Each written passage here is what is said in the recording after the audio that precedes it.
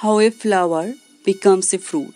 Today we talk about the development of our national fruit mango.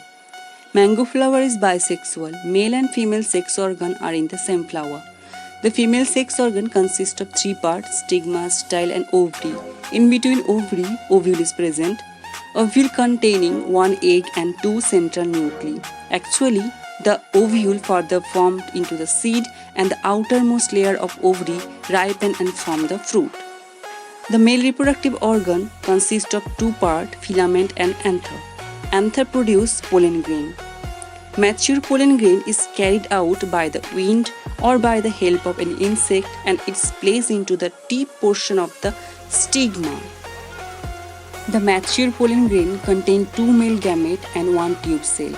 The tube cell formed a pollen tube through the style and reached to the micropylar end of the ovule.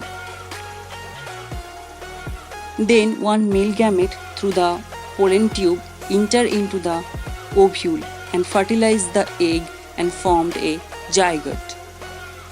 And the another male gamete is enter into the ovule and fused with the two central nuclei and form the endosperm.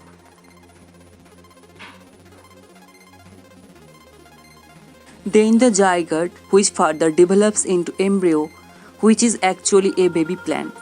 The endosperm, which gives the nutrition to the embryo. And the integument of the ovule become hard and forming a seed coat. Finally, a seed is produced.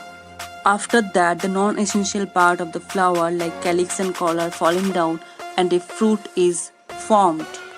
As I told that the ovule formed into seed and the outermost layer of ovary which ripened, that is pericarp, which is known as the fruit.